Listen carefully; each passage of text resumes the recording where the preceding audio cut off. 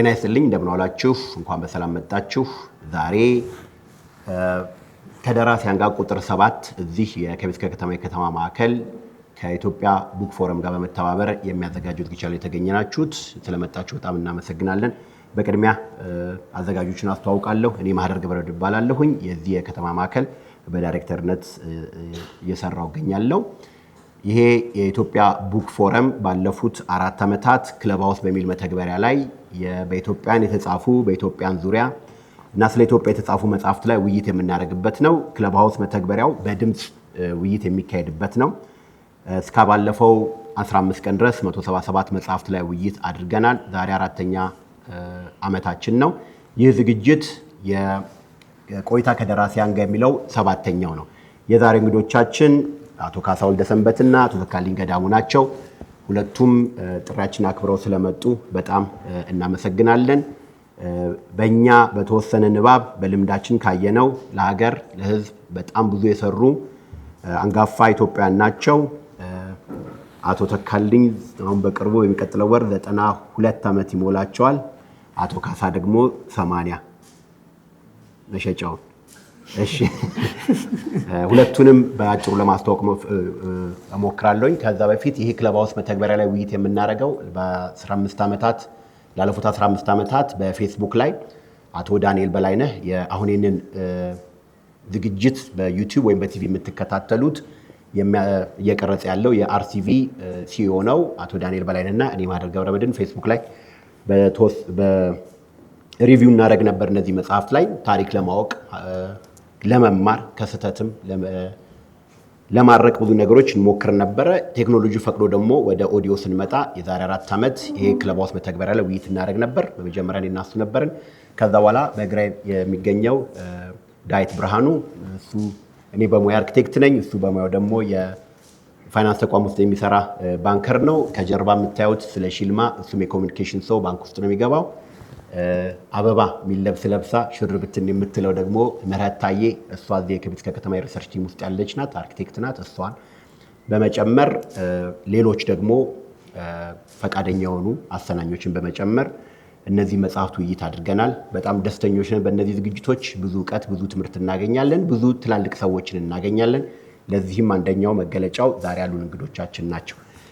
ሁለቱም በአጭር አስተዋውቅና ወደ ውይይታችን እንሄዳለን። ውይይታችን ላይ እነሱን እኛ ጥያቄ እንጠይቃለን።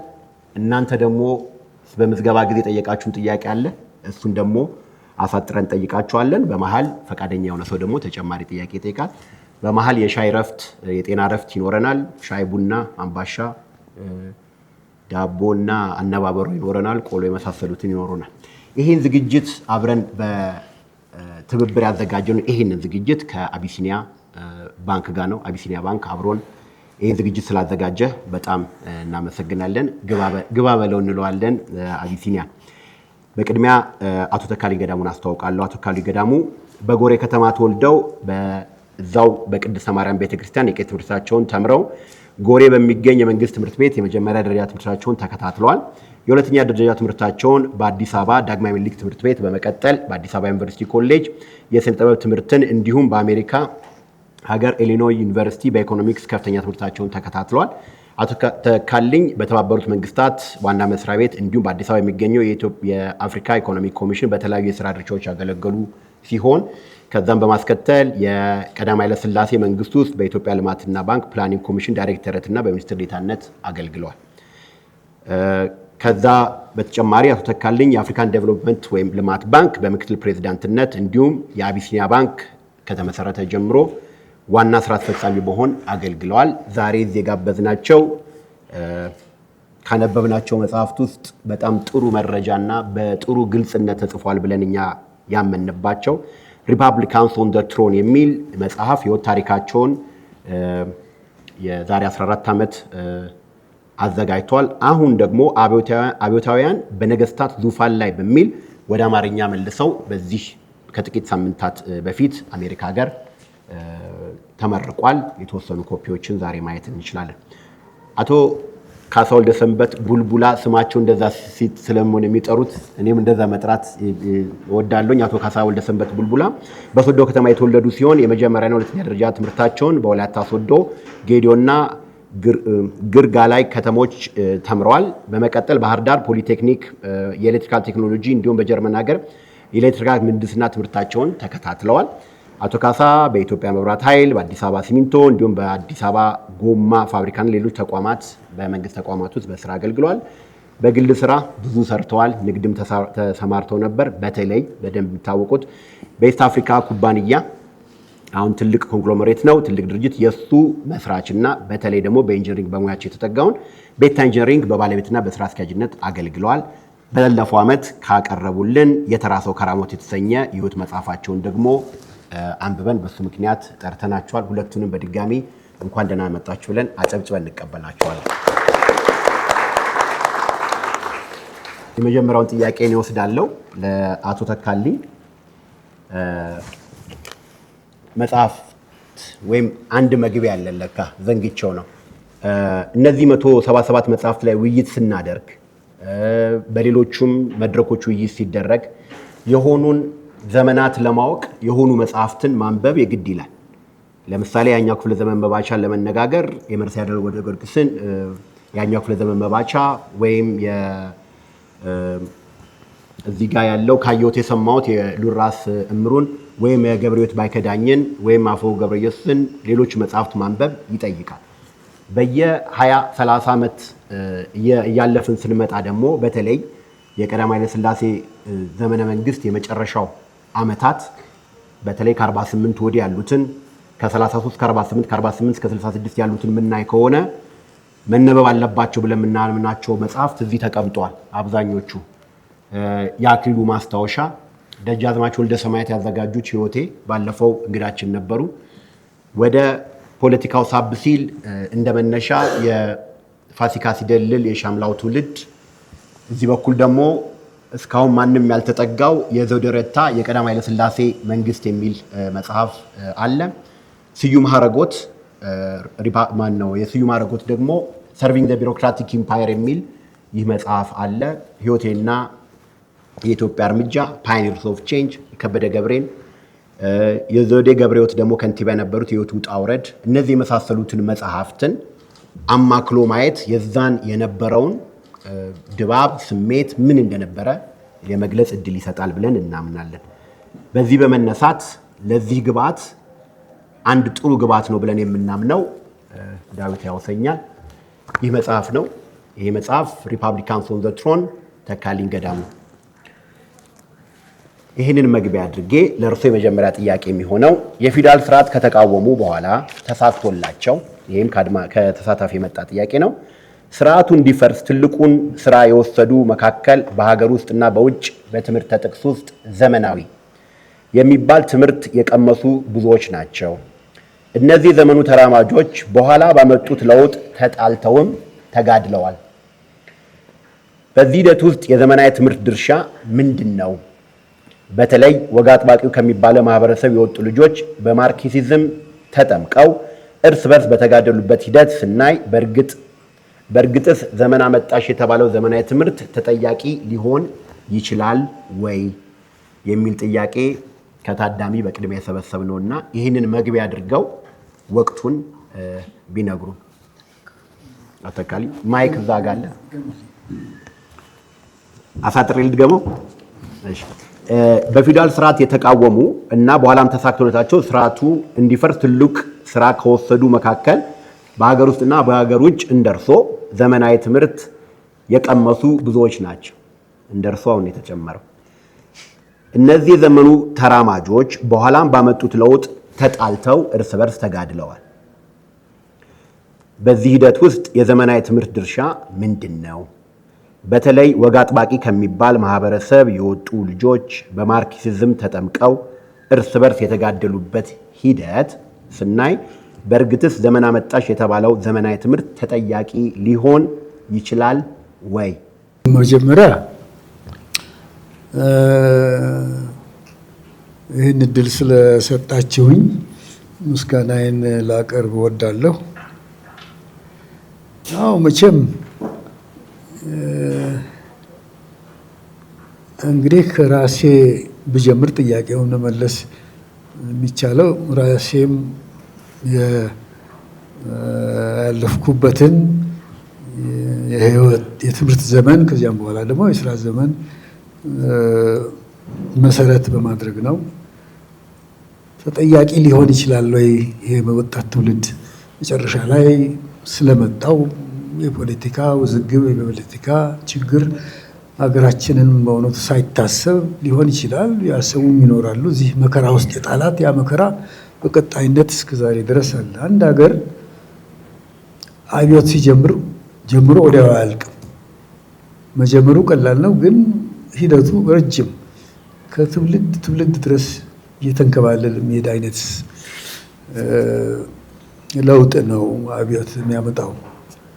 እንግዲህ መጀመሪያ ላይ አሁን የእኔን ትውልድ ብንወስድ እኔ የመጀመሪያውን ደረጃ ትምህርት ቤት ጨርሼ በተወለድኩበት ስፍራ ሴኮንደሪ ስኩል ስለሌለ ሴኮንደሪ ስኩል እኔ በመማርበት ጊዜ አዲስ አበባ ከተማ ውስጥ ነበር። 3 ነበሩ።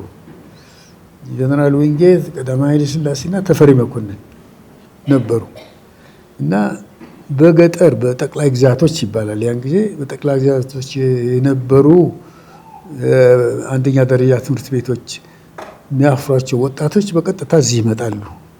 ከኪሳቸው 1 ሳንቲም ሳይከፍሉ መንግስት ነው የሚያመጣቸው። መንግስት ደግሞ አምጥቶ እዚህ አዳሪ ትምህርት ቤት መንግስት ህንፃ፣ ምግብ ለዚያ ሁሉ ኃላፊ ሆኖ ወደ ዘመዶቻቸውን ደግሞ በአመቱ መጨረሻ ለመጠየቅ ሲሄዱ በአውሮፕላን የሚሄዱ የአውሮፕላን ቲኬት ተከፍሎላቸው፣ በባቡሩ የሚሄዱ የባቡሩ ተከፍሎላቸው፣ በአውቶቡስ የሚሄዱ እንደዚሁ እና በዚያ ጊዜ ነው እኔ እዚህ የመጣሁት እና ከዚያን ጊዜ ሴኮንደሪ ስኩል ስጨርስ ዩኒቨርሲቲ ኮሌጅ ገባሁ። ከዚያ ፈረንጅ ሀገር ነው የሄድኩትና የተጠየቀው ጥያቄ ትምህርታችሁ ለውጡን እንዴት እንዳመጣው ነው እና በዚያን ጊዜ አፄ ኃይለ ሥላሴ የዘረጉት የትምህርት ገበታ የነበር ሰው ስንጨርስ ወደ ውጭ ሀገር ነው የምንሄደው። ውጭ ሀገር ከሄድን በኋላ ደግሞ ገና የመጀመሪያ ዲግሪ ያሽችንን ስናገኝ ተመለስ መምጣት ነው የምንፈልገው።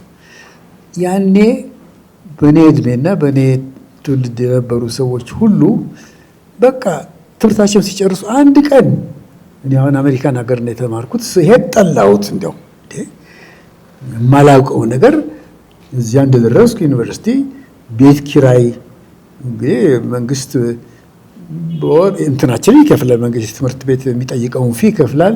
ከዚያ ደግሞ የኪስ ገንዘብ $30 ነው የሚሰጠን። በቂ ነው ያን ጊዜ በእውነት። እንግዲህ አሁን ቤት ለመከራየት ስንሄድ ሲያዩን እምቢ ይላሉ። እንደደረስን እኔና አንድ የኔ ወዳጅ ነበር፣ አሁን በህይወት የለም፣ መዝሙር ይሄይስ ይባላል እና ያረፍነው ዋይምሴ እነሱ ናቸው። ትንሽ እንደው ሻለ አስተያየት ነበራቸው፣ ተቀበሉም። በተለይ ዋና ጸሐፊው ጥሩ ሰው ነበር እና አሁን ቤት ተገኝቶላቸዋል። አጠገባችን አንድ ሴት አለች ቤት የምታከራይ ያለ እና ደወለላት። አዎ አልተከራየም፣ ይምጡ። ምንድን ናቸው አለች ብላ ጠየቀች ሰውየውን። ኢትዮጵያውያን ናቸው። ምን ይመስላሉ እነዚህ ኢትዮጵያውያን? እንደ ህንዶች ናቸው። ምን አይነት ህንድ? እዚህ የአሜሪካን ሬድ ኢንዲያን ህንድ እንደ ህንድ ሀገር የሚመጡ እስቲ ላካቸው አለች እና አንድ ይዞን የሚሄድ የቼኮስሎቫኪያ ተማሪ ነበር። ይዞን ሄደ። 5 ደቂቃ ነው ከዚያ ከዋይምሴ። እዚያ ስትደርስ የገረጣች አንድ ሐሙስ የቀራት ሴት ናት። እንደው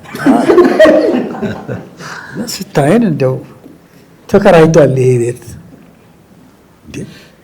5 ደቂቃ በፊት እኮ ጆን ፕራይስ አነጋግሮች ነበር እኮ በ5 ደቂቃ በፊት ይከራያል። በ5 ደቂቃ ሲተከራየ ቤት ተከራዮቹ እዚያ አንዳንድ ነገር ይደራደራሉ። ማንም የለም እና እንዴት ሊሆን ይችላል? ከ5 ደቂቃ በሩን ፊታችን ላይ ዘግታብን ሄደች። ያኔ ተሰማን ምን አይነት ሀገር ነው የመጣ ነው። ከዚያ በኋላ ብዙ ችግር ነበር በእውነት የኪራይ ቤት ለማግኘት እና ጥላቻችን ለአሜሪካን እዚያች ዕለት ይጀምራል። በቃ ትምህርታችን ሁሉ ስንማር መቼ ነው የምንመረቀው? መቼ ነው የምንመለሰው? መቼ ነው እና በዚህ አይነት ቀጠል። ትምህርት ቤት ፈረንጆች ጓደኞች ናቸው። አንዲት እንደው እንዴት አደርክ እንዴት ዋልክ ቢባል ነገር የለም። ምንም አያነጋግሩ። በየሳምንቱ 2-3 እንገናኛ። ምንም ሰላም ማለት የለም። እንደዚህ ነው። ጥሩ እንደምንም ብለን ትምህርታችንን ስንጨርስ እንመለሳለን ብለን እኔና መዝሙር ወሰንን። አሁን እንግዲህ አሁን የምነግራቸው የአሜሪካን ጥላቻ ነው። በዚያ ጊዜ የዓለምን ፖለቲካ እንከታተላለን። በተለይ የራሽያ መንግስት የሞስኮቭ መንግስት ነው የሚባለው ያን ጊዜ አብዮት አድርጓል። ትልቁ ኦክቶበር ሬቮሉሽን ይሉታል። እኔና መዝሙር ይሄ ራሽያ የሚባል ሀገር ልክ እንደ ሀገራችን ንጉሠ ነገሥት የነበረው የመጨረሻው ንጉሥ ኒኮላስ የሚባል ከዚያ በኋላ ይሄንን ኮሚኒስት አይዲዮሎጂ የሚባል እንትን ብሎ ተቀብሎ ሌኒን የሚባል መጥቶ በጣም በጣም በጣም ተራምዷል። አሜሪካንም ደረጃ ደርሶ እንዲያውም ሊበልጥ ነው። ስለዚህ ሀገራችን ብባል ይሄን ነው የምንለው ያን ጊዜ ሀገራችንን ብትሆን በዚያ ጎዳና ብትሄድ ይሻላል። ምን ጋዜጣ ብናነብ ነው ስለዚያ ሬቮሉሽን እንትን መጽሐፍ እናነባለን። ግን መጽሐፉ በቂ አይደለም የጊዜውን ሁኔታ ቢገልጽ። አንድ ማንትሊ ሪቪው የሚባል እንደ አሜሪካን ማርክሲስት ነው። በጣም ይህን አይዲዮሎጂ የሚያራምድ የሚያስረዳ ነበር። እሱም ማንበብ ጀምር። በቃ እንደ በቀላሉ ብዙ ዝርዝር ውስጥ አልገባም። እኔም ማነው ስሙ መዝሙርም በቃ ለሀገራችን የሚበጅ ይሄ ነው። ተመሳሳይ ታሪክ ከኢትዮጵያ ጋር ያለው ሌላው ሀገር ሞስኮቭ ነው። ንጉሠ ነገሥት ነበረው። ያ ተገርምሶ ሌላ ሪፐብሊክ መጥቶ ተሰልጥነዋል። ትባርጎ በዚያን ጊዜ እንደዚህ ነው የምናስበው። እንግዲህ ብዙ አፄ ኃይለ ሥላሴ ትምህርት በዘረጉት እንትን አልፈን በእሳቸው ስኮላርሺፕ ሰጥተውን አንድም ነገር ዘመዶቻችን በምንም ተአምር እኔም መዝሙርም የምንማረውን ትምህርት ፋይናንስ ሊያደርጉ አይችሉም። በፍጹም መንግስት እንትን ተምረን የመጣንን ይሄ መንግስት መቆየት የለበትም የሚለውን ነገር ይዘን የመጣ ነው። በአጭሩ እሱም ሆነ እኔ እንግዲህ ከትምህርት ቤት ከመውጣቴ በፊት ከመመረቄ በፊት የኔ ፕሮፌሰር ከዩናይትድ ኔሽንስ አንድ ወረቀት መጥቷል። ዩናይትድ ኔሽንስ ኒውዮርክ ያለ የተባበሩት መንግስታት በኢኮኖሚክስ የተመረቁ ልጆች አንተ እንደው ጥሩ ናቸው የምትላቸውን ልጆች ስም ላክልን ብለዋልና ያንተን ስም ልልክ ነው። ኧረ እኔ በፍጹም ትምህርት ስጨርስ ሀገሬ ነው የምሄደው። የተባበሩት መንግስታት ማለት ያንተም ሀገር አባል የሆነችበት ድርጅት ነው። ብልክ ያንተን ስም ምንም ግዴታ የለብህም። ሄደ አልፈልግም ልትላት ይችላል። ግን ልላክ አለ። ምን አጨቃጨቀ? ላክ አልኩት። የኔን ስም ይልካል። ከዚያ 1-2 ወር በኋላ ወረቀት ይደርሰኛል። አገርህ የምትመለሰው በኒውዮርክ ከሆነ እግረ መንገድህን ናና እዚህ እንፈትናለን፣ የተባበሩት መንግስታት ሰራተኛ ልትሆን ትችላለህ የሚል ነው። እንዲያው ከቁም ነገርም አልቆጠርኩ። እሺ ብዬ ትምህርቴን ስጨርስ በዚያ ያችን ወረቀት ይዣለሁ የተጻፈችልኝ እዚያ ይዤ ሄድኩ። ስደርስ ሴትዮዋ አንድ ሴት ነበረች የፈረመችው። ሴትዮዋ የት ነች የምትገኘው? 26ኛ ፎቅ ላይ ሂድና አነጋግራት አሉ። አገኘኋት። አንተን እንደዚህ ማለት አዎ፣ እንግዲህ እንፈትናለን፣ ፈተናውን ካለፍክ ትቀጠራለህ። እኔ 3 ቀን ነው ያለኝ፣ ገንዘብ የለኝም። $100 ነች ያለችኝ። $100 እዚህ ውጭ ሀገር ደግሞ ጀርመንን፣ አንዳንድ እንግሊዝን መጎብኘት እፈልጋለሁ። እግረ መንገዴን $100 በቀረው ብር $100 ናት። 3 ቀን ነው የቀረኝ። $100 ነው ያለኝ። ግድ የለህም ነገ ጠዋት በ3 ሰዓት ና። ቀደም ብዬ እኔ አንድ ፓነል አንተ እንትን የሚል ኢንተርቪው የሚያደርግ ግሩፕ አዘጋጃለሁ። ነገ ኢንተርቪው እናደርጋለን። ተነገ ወዲያ መልሱን ታገኛለህ። 2 ቀን ብቻ ነው የሚበቃኝ። 3 ቀን እቆያለሁ አይደለም ያልከኝ? አዎ 2 ቀን። እሺ ብያት ሄድኩ። በማግስቱ ሄድኩ። 5 ሰዎች ናቸው ጠየቁኝ። ጥያቄው ደግሞ ከኢኮኖሚክስ ጋር ምንም ግንኙነት የለውም እና አልፈሃል አሉኝ። ትንሽ ከ5 ደቂቃ በኋላ በምን ምክንያት ነው ይሄን ያለፍኩት ብዬ ስጠይቅ ኢኮኖሚክስ ጥያቄ አልጠይቁም። ሳስብ አንድ መልስ ሰጥቻቸው ነበር። እሱ ነው በጣም ይመስለኛል እንደው እንዴት ያለ አስተዋይ ልጅ ነው እንደማለት አንድ አይነት ኮንክሉዥን ወስደዋል። ምንድነው እሱ ጥያቄ ከጠየቁ በኋላ የመጨረሻው እንትን ጥያቄ እንግዲህ ይህንን ኢንተርቪው አልፈህ ከተቀጠርክ ላይፍ ኢንሹራንስ የዩናይትድ ኔሽንስ አለ እና አንድ ነገር ብትሆን ለማን ነው ገንዘቡ የሚሄደው? ለአባትህ ነው? ለእናትህ ነው? ለአጎትህ ነው? ምናምን አሉ። እኔ አንድ ነገር ሁን እናንተ ቀጥራችሁኝ ያ የማገኘው ገንዘብ ዘመዶች የሚያገኙት ገንዘብ ለኢትዮጵያ መንግስት ይሄድ እላቸዋለሁ። አንዱ እንዲህ አባት የለህም አሉኝ። እናቴ እነሱ ራሳቸውን የቻሉ ናቸው። ለምንድን ነው ለመንግስት የሚሄደው? እኔን ያስተማረኝ የኢትዮጵያ መንግስት የኢትዮጵያ ሕዝብ ስለሆነ ያ ገንዘብ እዚያ ቢሄድ አንድ ልጅ ሊያስተምር ይችል ይሆናል። እርግጠኛ ነህ? አዎ እርግጠኛ ነኝ።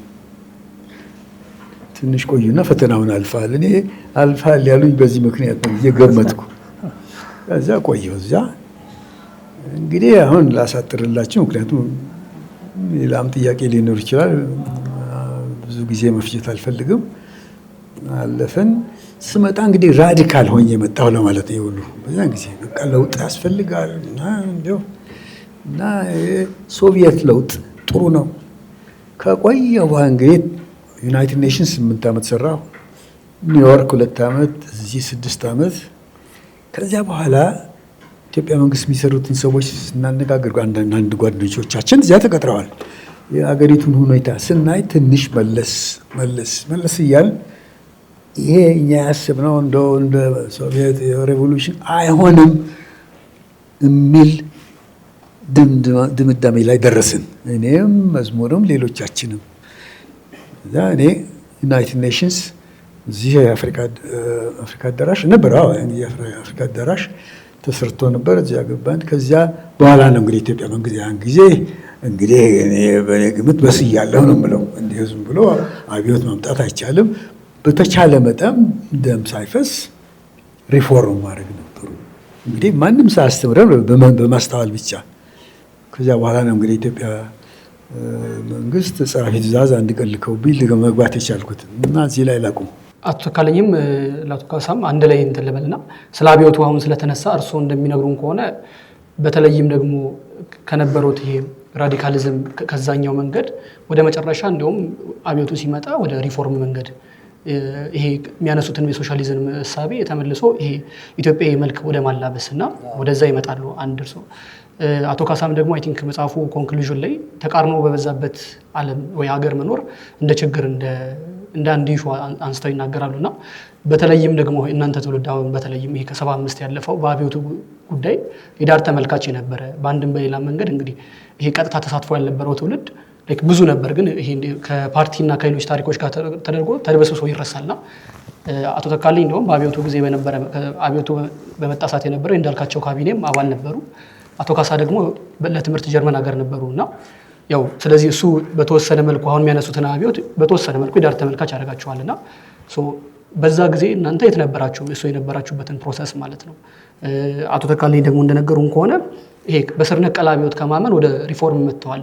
ኢቨን ኢትዮጵያ የሶሻሊዝም በሚል ህገ መንግስት ሲረቅ የነበረው ከነ ሚካኤል ምሩ ጋር ከሌሎች ጋር አብረው እሱን ሰርተዋልና ስለዚህ የአብዮቱ መልክ ምክንያቱም ብዙ ነገር አሁንም ስንነጋገር ዞሮ የሚገጥምበትና ልክ እንዴት እንደ ትልቅ አደባባይ ሁሉ የሚነሳበት አይነት እየሆነ ይመጣል የአብዮቱ ጉዳይና ስለዚህ ከአቶ ካሳ ጀምረና እዛ እንግዲህ ጀርመን ነበሩ። ከዚህ ሲመጡም ነገር ከበረደ በኋላ 1972 ነው ወደ ኢትዮጵያ የተመለሱትና በተወሰነ መልኩ ያው የአብዮቱ ያጠላበት የፖለቲካ ስርዓት ውስጥ እነዛ ውስጥ ደግሞ ማለፍም በዛ ውስጥ ደግሞ የመንግስት ቢሮክራሲም ደግሞ ውስጥ ማገልገል አይ ቲንክ ሌላ መልክ የሚሰጠው ይመስለኛል። ይሄ ህይወትን ተለምዷዊ ከሆነ ፕሮሰስ ያወጣዋልና ስለዚህ በዛ በአብዮታችሁ ውስጥ የነበረው ፕሮሰስ ምንድነው እና ስለሱም ደግሞ ያላችሁ ሪፍሌክሽን ነው።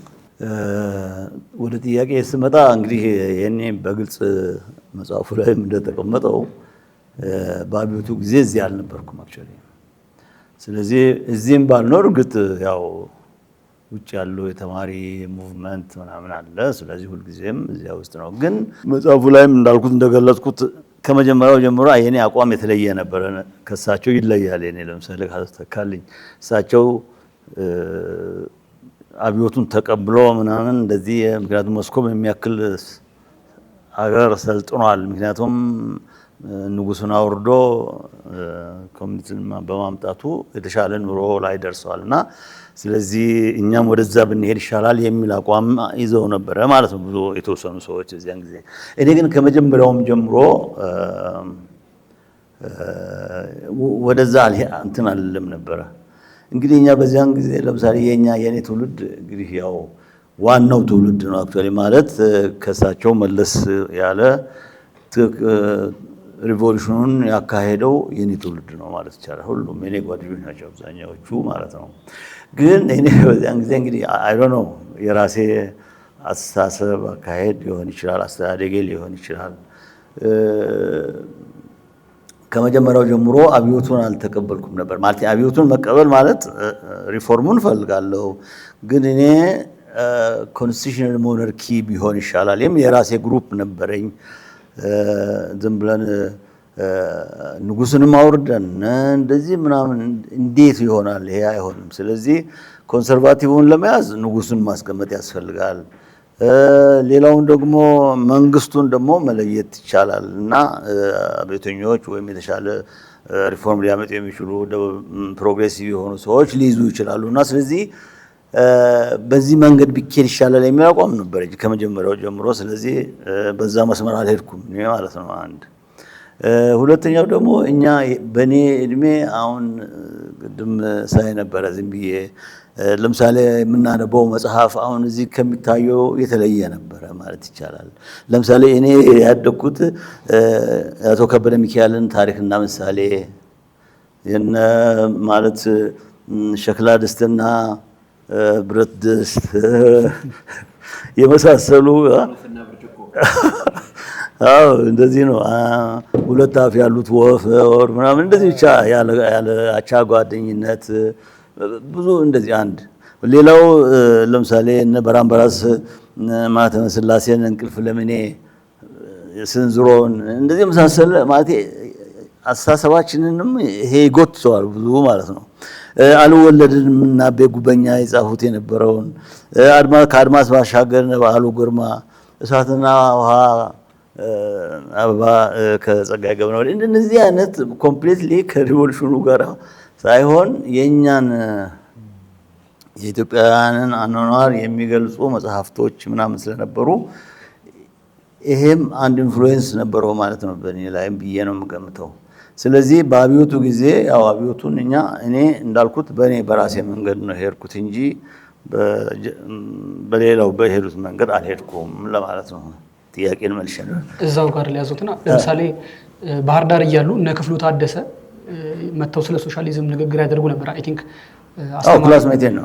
እነሱ ጀርመን ደግሞ እርሶ የነበሩበት ትልቅ በተለይ አውሮፓ የተማሪዎች ንቅናቄ ማዕከል የነበረ ቦታ ነውና እነዚህ ነገሮች ለምሳሌ እንደዚህ ባህላዊ የሆነ ወይ ትውፊታዊ የሆኑት ነገሮች እውቀቶች ኢንፍሉዌንስ እንደሚደረገው ሁሉ የእርሶ እኩይ ነው ሰዎች ደግሞ በዛኛው ሳይድ እንግዲህ እርሶም ጀርመን እየነበሩ ምክንያቱም አብዮቱን ላይ ባንዴ እንደው ድንገት ይምጣ እንጂ ፕሮሰስም አለው አይደለ? በተለይ ለምሳሌ ከእሳቸው ካሉት ከዩኒቨርሲቲ ኮሌጅ ጀምሮ ይሄ የተማሪዎቹ ራዲካላይዜሽን እሱ ፕሮሰስ ሂደት ነውና እንደው የእርሶም አሁን ይሄኛው ኤክስፒሪየንስ ሌሎችም የትውልዶ እኩዮች የትውልድ ሀገሩ የሚጋሩት ነገር ነውና ሪፍሌክሽኑ ምን ነበር በዛ ሰዓት? ለምሳሌ አውሮፓ እያሉ ተማሪ ከነበሩ ይጠራል አይደለ? የተማሪዎች አውሮፓ ተማሪዎች ስብሰባ እነሱ ይደረጋሉና በዛ ጊዜ የነበረው ሪፍሌክሽን ሄደው ለምሳሌ እርስ በርስ እንደነበረውላ ሪፎርሚስት ደግሞ የነበሩ እርሶ የሚሉትን ነገሮች ደግሞ ኢንተርቴን የሚያደርጉ ሰዎች ነበሩና እሱንም አብሮ ኦኬ ጥያቄው ትክክል ነው። ለምሳሌ እኔ አሁን ጀርመን እያለሁ የዚያን ጊዜ ማለት የደንበኛው የሪቮሉሽን ጊዜ ነው ማለት የኛ ብቻ ሳይሆን ዓለም በጠቅላላ ነው። የሂፒ ዘመን ነው። የቪየትናም ጦርነት ቅዋሜ ዘመን ነው። የነ እንዳልኩት ሶሻሊስቶችን አሜሪካኖቹም ሁሉም የሚዋጉበት ጊዜ ነበረ። ተማሪው ደግሞ በጣም ጠንካራ ነበር። የአፍጋኒስታን ተማሪዎች ማህበር በጣም ትልቅ ነበር። የኢራን ተማሪዎች ሻን እስኪያወርዱ ድረስ የነበረው ኃይለኛ ጊዜ ነበረ ምናምን። ሆኖም ግን እኛ ለምሳሌ እንሄዳለን፣ የተማሪ ማህበር ፓርቲሲፔት እናደርጋለን። ግን እኛ እንዴት ነው ሳይለንት ሞብ ነን አክቹዋሊ ማለት አብዛኛው ምንም የማይናገር የተወሰኑ ሰዎች ናቸው አክቲቪስቶቹ ምናምን ዛሬ ስለ ቴዎድሮስ ካይትስ ወይም ነገር ስለሌላ ምናምን ተነቦ ምናምን አድርገው ኮንደም የሚደረግ ሰው ካለ ወይም ክፍል ካለ ይደረጋል። እኛ ግን አድምጠን አሃ ነው ምናምን ብለን የምንሄድ ነበር ማለት ነው።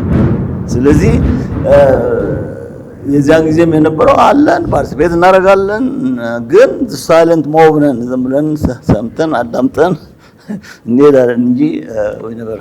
እዛ ላይ ተከታይ ጥያቄ ልጠይቅና በእያንዳንዱ ትውልድ የገሌ ትውልድ ይባላል። ለምሳሌ ከጣሊያን በፊት የነበረው ትውልድ አለ። አዲስ አበባ በተለይ አዲስ አበባ ላይ ካተኮርን ከአድዋ በኋላ ደግሞ እያንዳንዱ ማይልስቶን ይቀየራል። አሁን ድረስ የፖለቲካው አሻራው ስላለቀቀ የማህበረሰብ ሶሺዮ ኢኮኖሚክም ስላለቀቀ የስልሳዎቹ ትውልድ የሚባለው በአብዛኛው በትምህርት ተጠቅሶ ውስጥ አብዮተኛው በሪፎርም መጣ፣ በአብዮት መጣ ያ ትውልድ አካል ሁለታችሁ እንዳጋጣሚ ሆኖ የዚህ የአብዮት ዋና ተሳታፊ አልነበራችሁ። በጽሁፍም በገቢርም አልነበራችሁ። ትውልዳችሁ አሁን የእናንተ የልጅ ልጆች ሌላው ቀጣይ ትውልድኛ የስልሳው ትውልድ ይሄን አድርጓል ተብሎ ሲነገር ምን ይሰማችኋል? እናንተ ያ እኛንን ይወክላል ብላችሁ ታስባላችሁ? ምክንያቱም አሁን እርሶ ባሉት ጥቂቶች ናቸው ይሄን ነገር የሚያደርጉት ካሉ ጥቂቶች ብዙን ትውልድ መወከል ይችላሉ ወይ? እኛስ እንዴት ነው መታሰብ ያለብን? የኛ ትውልድም ይሄን አድርጓል የምትሉት ነገር ምንድነው? አሁን ይሄንን ፕሮግራም የሚያዩ ሰዎች በእርግጠኝነት ከሚመጡት ዩቲዩብ ላይ ከሚመጡ ኮሜንቶች መካከል አንደኛው ያ ትውልድ እርስ በርሱ የተገዳደለ እንዲያረገ በቸና በተምና የሚል በጣም ሻሎ የሆነ ዲስከሽኖችን አንስቶ እስከ ውስብስብ ፊሎሶፊካል የሆኑ ዲስከሽኖችን የሚያመጡ ሰዎች አሉ። እና በምንድነው የኛ ትውልድ መታወስ ያለበት ትላላችሁ? ኦኬ ማለት እኛ እንዳልከው ነው። እኛ ለምሳሌ ስልሳዎቹ ነን ዋንኞቹ ነው። ግን ምንድነው ኤክስፔክት ማድረግ የሌለብን ማለት ሁሉም ሰው አብዮተኛ ይሆናል ብለህ ማሰብ አትችልም። ምክንያቱም ሁሉም እንዳስተዳደጉ እንዳካሄዱ እንደምነቱ ምናምን ይምራል። አንዳንዱ ደግሞ ዝም ብሎ ፖለቲካ ብቻ ያን ጊዜ ለምሳሌ አብዮት ማለት የዚያን ጊዜ ምንድነው ቄንጥ ነው ምንድነው እንደ ካልቸር ነበረ ማለት ይቻላል። እንደ ፋሽን ሆኖ ነበረ።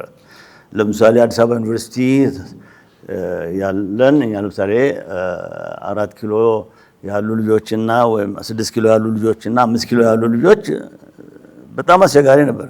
ምክንያቱም ለምሳሌ 6 ኪሎ ያሉት ያው አክቲቭ ናቸው ምናምን ብዙውን ተማሪውን የሚመሩት እነሱ ነበሩ ምናምን። እኛ ለምሳሌ 5 ኪሎ ሆነን ግን ጤማችንን እንኳን አሳድገን ይሄን እንደሆነ የኛ ሪቮ የኛ ጤሞ ምናምን ምጋ አንወጣማ እኛ ለምሳሌ። ስለዚህ በዚያን ጊዜም ቢሆን የተከፈለ ትውልድ ነበረ። ግን እንግዲህ አንዱ ወደ አንዱ ሲጎትት ያለንን ግን የዛ ጀነሬሽን አካል ነን። አብዮተኛም ማለት ባንሆን ዳይሬክትሊ ኮሙኒስቶች ባንሆንም ደግሞ በራሳችን መንገድ ፓራሌል ሄድን። ኦኬ ውጤቱ ምንድነው? አስ ቬሪ ዲፊካልት ቱ ሴይ። አንድ ጥያቄ ቤቢ ተከታይ ስለሆነ ይሄ ከታዳሚ የመጣ ጥያቄ ስለሆነ ላንብበው ለሁለታችሁም ይሆናል። የእናንተ ትውልድና የአሁኑ ትውልድ ምን የሚያስተሳስራቸው ይመስላችኋል? በተለይ ለዚህ ትውልድ ባይተዋርነትና ከሌላ ዓለም ጋር ባለው ሩጫ በብዙ ርቀት መበለጡ ማህበረሰባዊ ሂስ ክርክርና ሰላማዊ ፖለቲካ በዚህ ዘመን እንዳይኖር ወይም ፍርሃት ከትውልድ በትውልዱ እንዲሸፈን በማድረግ ወይም የእናንተ ትውልድ ምን ያህል አሉታዊ ተጽዕኖ ነበረው? ይህንን የምንለው ወይም ይህንን ትንሽ ለማብራራት ባለፈው ዓመት አቶ አንዳርጋቸው አሰግድ እዚህ መጥተው በሚናገሩበት ጊዜ ምን አሉ? የኛ ዘመን የሪቮሉሽን ዘመን ነበር። ልክ የሂፒም እንደተባለው የቪየትናም ጦርነት በተለያዩ ቦታዎች ውስጥ መጥቶ የአብዮት ነው። አሁን ደግሞ ያለው የራሱ የሆነ መስተጋብር አለው። እንግዲህ እንደምታነቡትም እንደምታዩትና የእናንተ ትውልድ ተሳትፎ አሁን ያለው ትውልድ ላይ ጥላ ጥሎበታል ብላችሁ ታስባላችሁ ወይ? በምንስ ይተሳሰራል ብላችሁ ታስባላችሁ?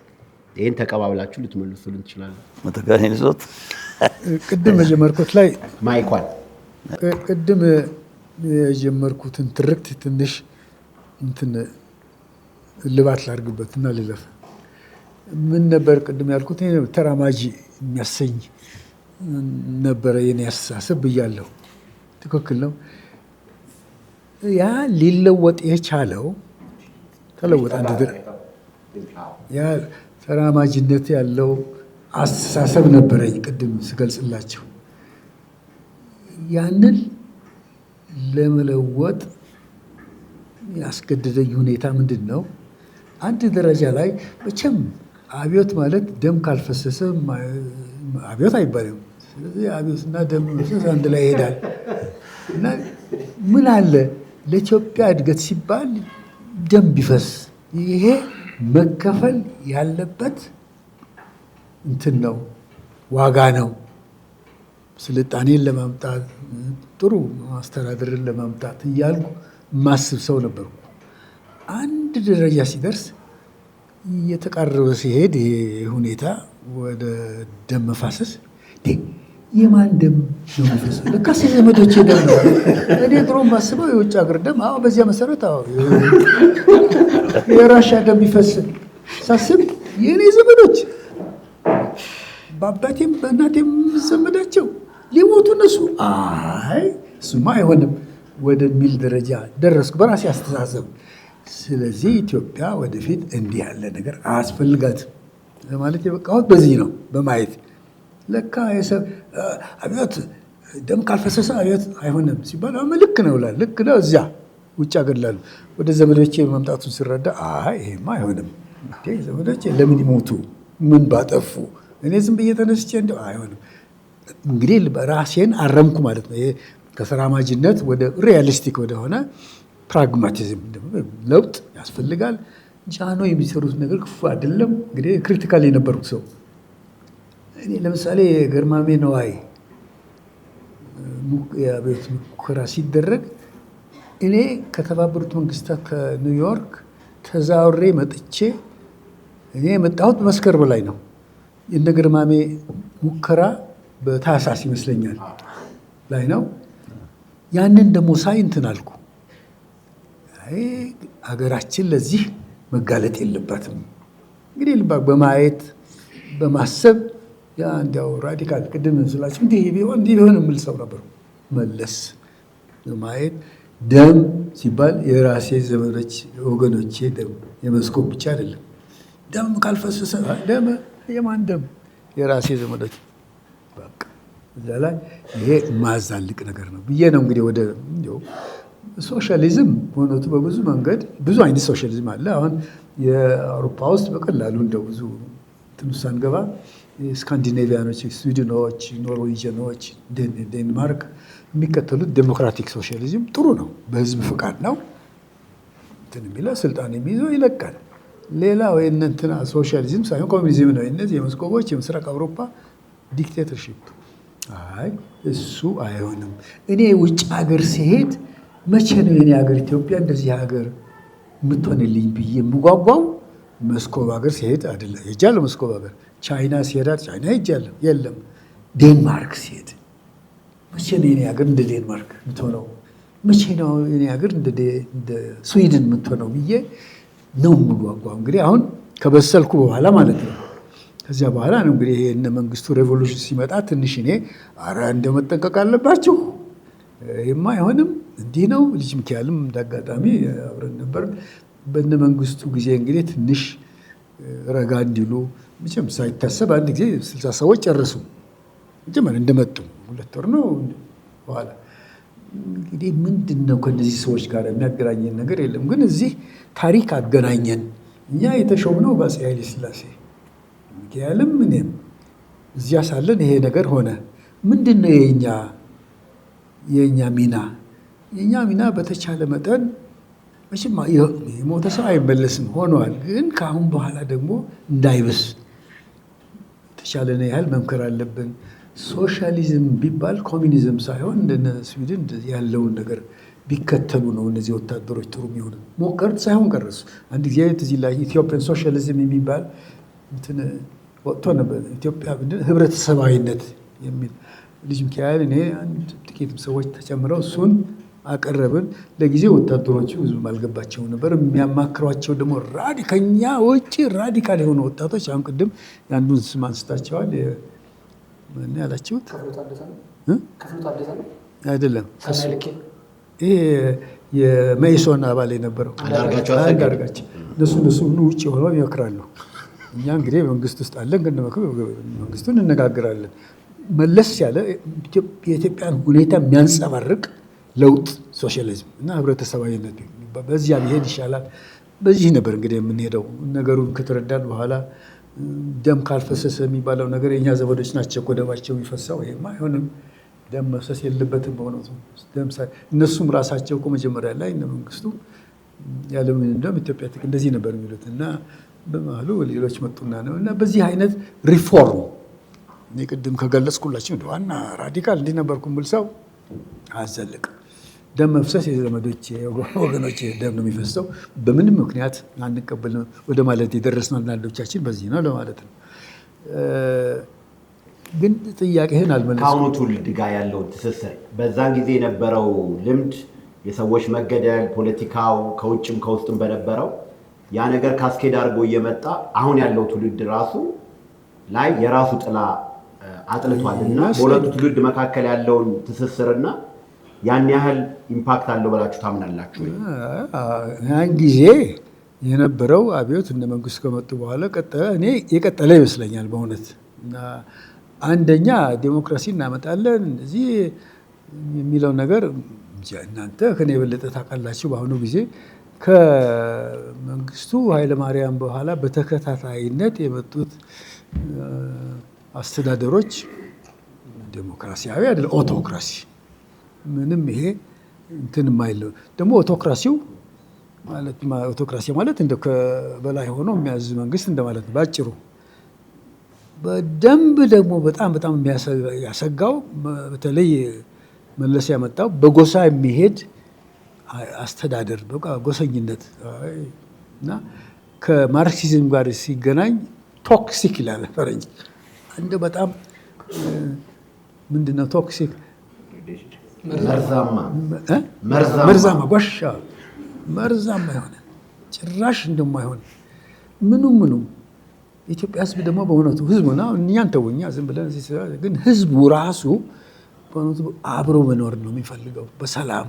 ጎጃም ብትሄዱ ወደ ሲዳሞ እኔ ድሮም እሄዳለሁ። ምንም እንዲያውም አንዳንድ ጊዜ የኢትዮጵያ ሕዝብ ለመጣ ሁሉ ተገዥ ነው የሚያሰኝ ሁኔታ ነው። በገዥነት ሳይሆን እንደሚያውቁ እነሱ ከኛ የበለጠ የሚያውቁ ፖለቲካ እነሱ ናቸው ብሎ ይከተላል። እምነት አለው በተማረ ሰው አሁንም ያለ ይመስለኛል ያምንና የሚቀበል ነው። የኢትዮጵያ ሕዝብ ጥፋት ቢኖር መሪዎቹ ዘንድ ነው እና አንዱ ትልቅ ጥፋት በቃ ወደፊት በጎሳ መደራጀት ነው የሚያዛልቀው የሚለው በፍጹም መርዛም፣ ቅድም እንዳልከው እንዲያው የሚያጠፋን እንጂ ምንም ነገር የሚያመጣ አይደለም። ያ ከዛ የመጣ ነው። እንትኖችም አላቸው። ይሄ ሌኒን ናሽናሊቲዝም ብሎ ነው የጀመረው። ይሄንን እንግዲህ ጎሰኝነት ከዚያ ነው የመጣው። ድሮ ጎሳ የለም አይባልም፣ ሁሉም ያውቃል ከምን ጎሳ እንደመጣ። ግን ወንድማማቾች ናቸው። በኢትዮጵያዊነት ስሜት ደግሞ በአፄ ኃይለ ሥላሴ ዘመነ መንግስት በጣም ያየለ ነበር። በጣም ማንም ደፍሮ እኔ ኢትዮጵያ አይደለሁም፣ ኦሮሞ ነኝ፣ ኢትዮጵያ አይደለሁም፣ አማራ ነኝ፣ ኢትዮጵያ አይደለሁም፣ ጉራጌ ነኝ የሚል አለ። ኢትዮጵያውያን ነን እኛ በቅድሚያ ጉራጌ ምን በኋላ ነበር። በሳቸው ጊዜ ነበር እንግዲህ አንደኝነት እንደዚህ። ትምህርት ቤት ሁሉ የምንማረው እሱን ነው። ከኤሌሜንተሪ ስኩል ሴኮንደሪ ኮሌጅ ድረስ ጠንካራ የአንድነት ስሜት ነበረ። ያ ሁሉ የፈረሰው እንግዲህ በኋላ የመጡት በዚያን ጊዜ ራዲካል የሆኑ ልጆች ያመጡት ይሄ ጎሰኝነት ይህም በኋላ ነው የመጣውና አሁንም እኔ እንደማየው እንግዲህ ከተሳሳት ካርሙኛላችሁ። አሁኑም ከዚያ ቀጥሎ ሲንከባለል የመጣ ሀሳብ ነው። ጎሰኝነት አለ የለም ማለት አይቻልም፣ ማለት ዋሸት አይቻልም። ሁሉም ደግሞ አለም እያሉ የሚነግሩን አሉ መንግስቱ ውስጥ ያሉ። ምን የሚደበቅ ነገር አይደለም። እኔ እነሱን ስለምቃወም አይደለም እንደዚህ የሚለው፣ እውነቱ ይሄ ነው። ጊዜው የከሌ ነው፣ የዚህ ወገን ነው፣ የዚህ ጎሳ ነው ይባላል። ጥሩ አይደለም ይሄ ለኔ የትም ቦታ የምናገረው ነገር ነው። ምንም ለመቃወም ሳይሆን እውነት በስሜቴ ያለውን ሳልደብቅ ሳላሻሽል የምናገረው ይሄ ነው። የተወለድኩበት ያደግኩበት ፖለቲካል ካልቸራል ኤንቫይሮንመንት ይቅርታችሁ ማለት አካባቢው በኢትዮጵያዊነት ሁሉም ሰው ልዩነት አለው ያውቃል። ማን አማራ ማን ኦሮሞ ነው፣ ግን ያ ነው የሚያስተሳስረን። በዚያ ኮርተን አፄ ኃይለ ሥላሴ ጊዜ እሳቸው አንዱ ትልቁ አስተዋጽኦአቸው ይሄ ነው። ያንን መኮትኮት፣ የአንድነትን ስሜት ከታች ከትምህርት ጀምሮ መኮትኮት። ማንም ሰው አያፍርም በኦሮሞነቱ በጉራጌነቱ ምንም፣ ምክንያቱም በዚያ ነው የሚያምነው። ያ ነው የመጀመሪያ ዲፋይን የሚያደርገው ያ ነው። ከዚያ በኋላ ነው እንግዲህ ከዚያ በኋላ ወደ ጎሳ፣ ከጎሳ ወደ መንደር፣ ከመንደር ደግሞ እኔ የምወለደው ሸዋ ነው፣ ግን ሸዋ እንደዚህ የተጉለት ተዋራጅ ሆኖ መጨረሻ ነው የሚመጣው። ግን በዚያ ሁሉን የሚያገናኘው አንድነት እሱ ነው እና ያ ግን አሁን መዳከሙ ግልጽ ነው። እኔ ባልነግራቸውም እኔን እንግዲህ ጥያቄው አክቹዋሊ ከመጽሐፌ ጋር የተያያዘ ቢሆን ኖሮ ጥሩ ነበር። ግን ይሄ ትንሽ ከመጽሐፌ እየወጣ ነው። ለማንኛውም ምንድነው ለምሳሌ ያለፈው ትውልድ ያው የሰራው ያደረገው ፖለቲካዊ ሶሻል እንትኑ ምናምኑ እዚህኛው ትውልድ ላይ ምንም ያጠለው ጥላ ያለ መስሎ አይታየኝም እኔ